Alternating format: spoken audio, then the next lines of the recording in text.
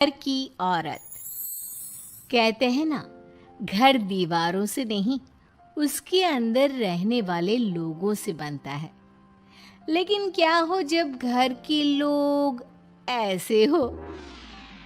सारा दिन खाती रहती हो, सोती रहती हो, कोई काम नहीं है तुम्हारे पास। ऊपर से बहू के आ जाने के बाद तो तुम और निकम्मी हो गई हो। दिखावे के लिए हाथ में माला पकड़ ली है, बाकी कोई काम नहीं करती। अरे कैसी बात कर रहे हैं? अब तो बहू आ गई है, अब तो मेरी बेइज्जती करना बंद कर दीजिए। जैसे तैसे मेरी तो जिंदगी कट गई, गालियां खा खा कर। अरे उस बेचारी को तो छोड़ दीजिए।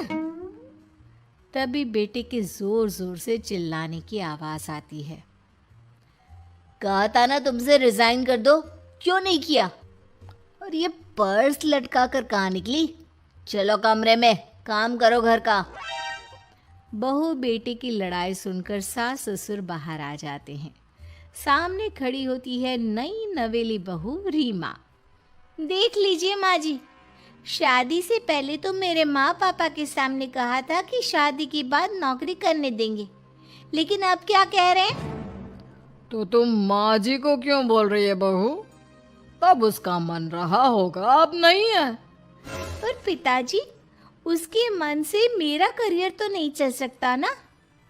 ससुर को बहू की बात पर गुस्सा आ जाता है। वो बेटी की तरफ देखता है।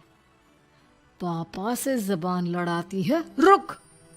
ये बोलकर वो पत्नी को खींचकर कमरे में ले जाता है और बंद कर देता है। ये सब देखकर सास दुखी हो जाती है। पति के जाने के बाद सास बेटी से कहती है, देख बेटा, अब जमाना कुछ और है। तेरे पिता ने घर में औरतों की कद्र नहीं की, लेकिन तू ऐसा ना बन। शहर की समझदार पढ़ी लिखी लड़की से शादी की है तूने, उसका ख्याल रखा कर, तमीज से पेश आया कर। जा, बहू को कमरे से बाहर ले आ। लेकिन बेटा नहीं मानता और बहू कमरे में सारा दिन बंद रहती है। शाम को बेटा बाहर जाता है कि सास चाय और बिस्कुट लेकर बहू के कमरे में जाती है। बहू बेटा, ये ले, चाय पी ले। रो रो कर कैसी शक्ल बना ली है बेटा। माँ जी, ये कैसे लोग हैं? आप कैसे मैनेज कर रही हैं? ऐसे थोड़ी ना होता है माँ जी। घर की औरतों को तो पिताजी और ये इंसान समझते ही नहीं। क्या करूं बेटा, मैंने तो जैसे तैसे सह लिया, लेकिन तू ना सहना। दोनों बात कर ही रहे थे कि ससुर आ जाते हैं। अच्छा, तो अब बहू को भड़का रही हो? बहुत दिन हो गए मार खाए, अब क्या बहू के सामने खाओगे? जाओ यहाँ से। और जरूरत नहीं है ज्यादा इस लड़की को सर पर चढ़ाने की, समझी? बहू को ससुर की बात पर गुस्सा आ जाता है, लेकिन वो कुछ नहीं कहती।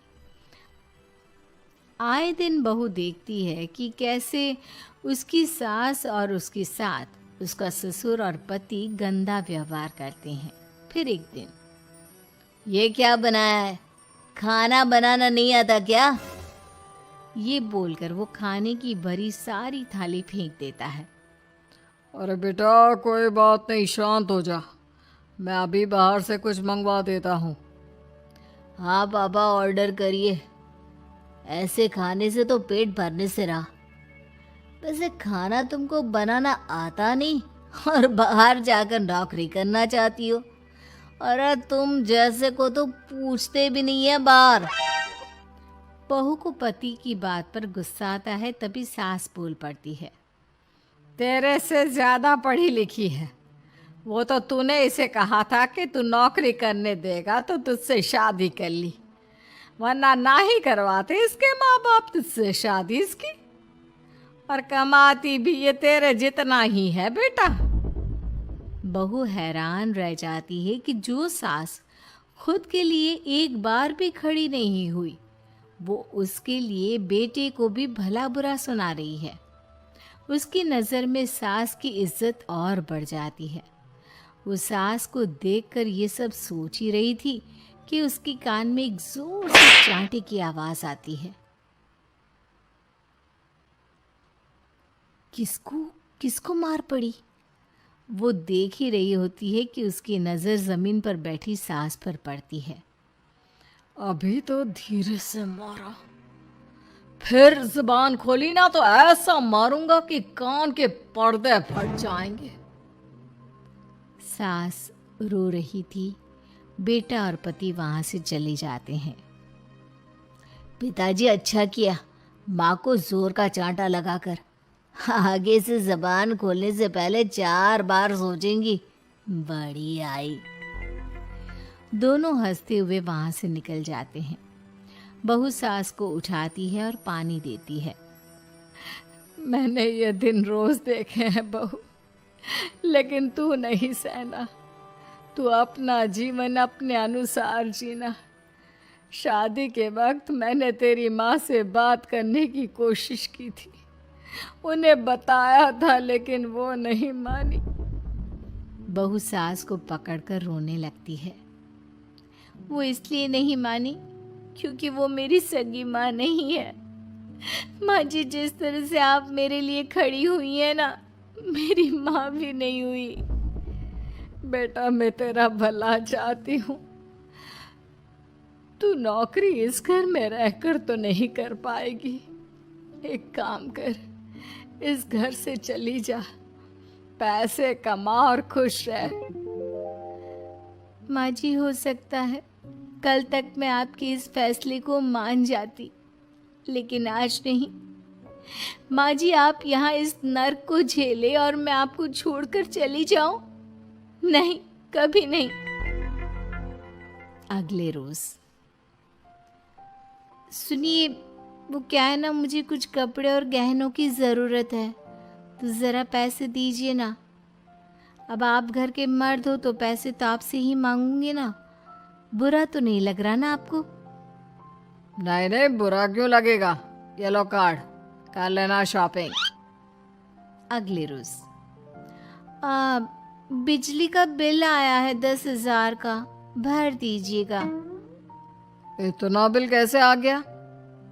बेटा, वो क्या है ना, सारा दिन बहू घर में रहती है तो कमरे में एसी और टीवी चलता रहता है।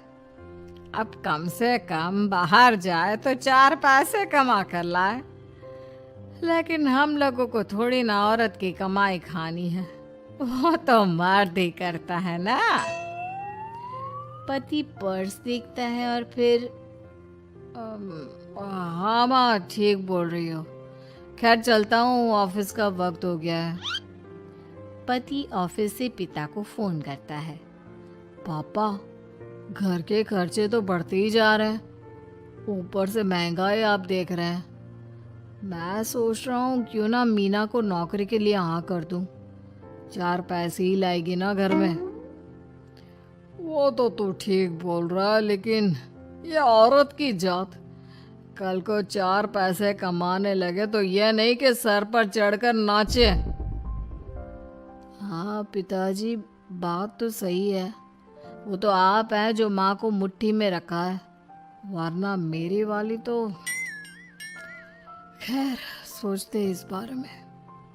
शाम को पूरा परिवार साथ बैठा होता है। वो कल पनीर की सब्जी बनानी है तो थोड़े पैसे देकर जाना।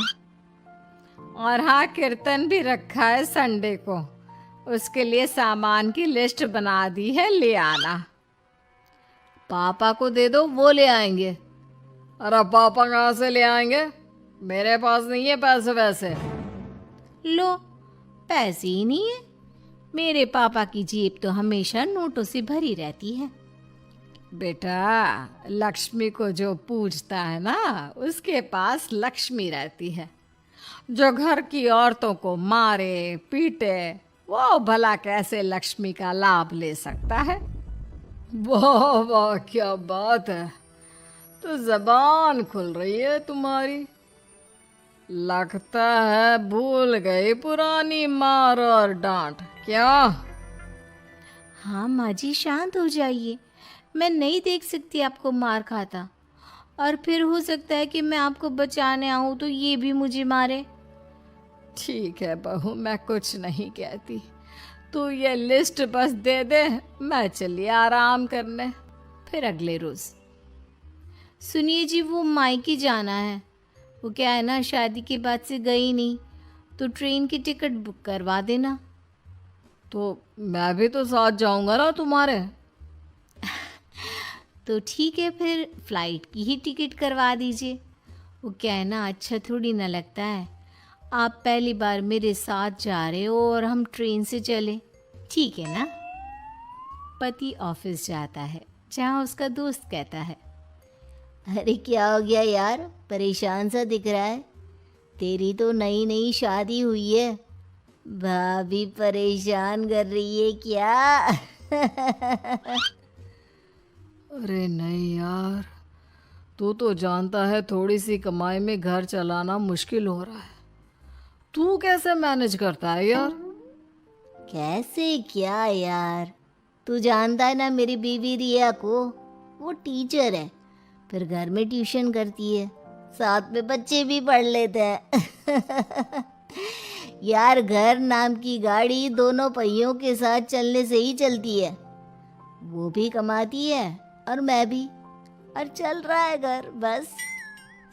पति को दोस्त की बात समझ में आती है, लेकिन पिता का ज्ञान कैसे भूल सकता था। वही कल को सर पर चढ़कर नाचने लगी तो। शाम को घर आता है, जहाँ उसकी बुआ और उसका बेटा बैठे होते हैं। अरे आ गया लल्ला, कैसा थका थका सा लग रहा है, सब ठीक है ना? नमस्ते बुआ, कैसे आना हुआ? कैसा है रमेश? भाई को तो भाई की याद ही नहीं आती।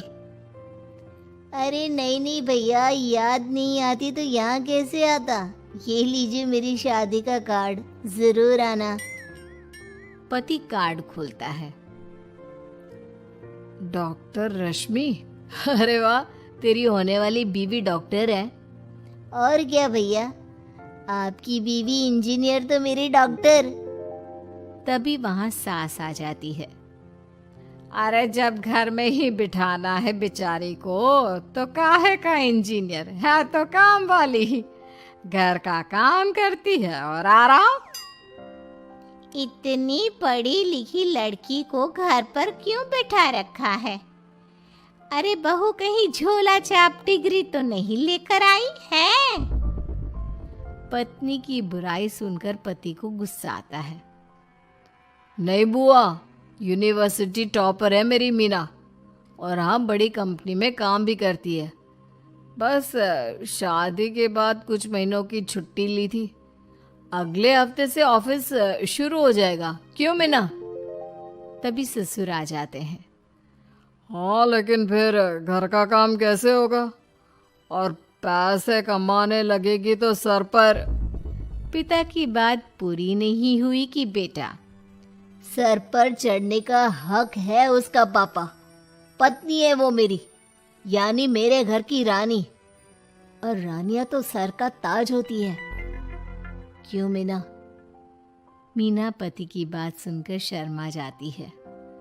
वाह बेटा, तू सही समय में समझ गया कि औरतों की इज्जत करने वाले घर में शांति और लक्ष्मी का वास होता है।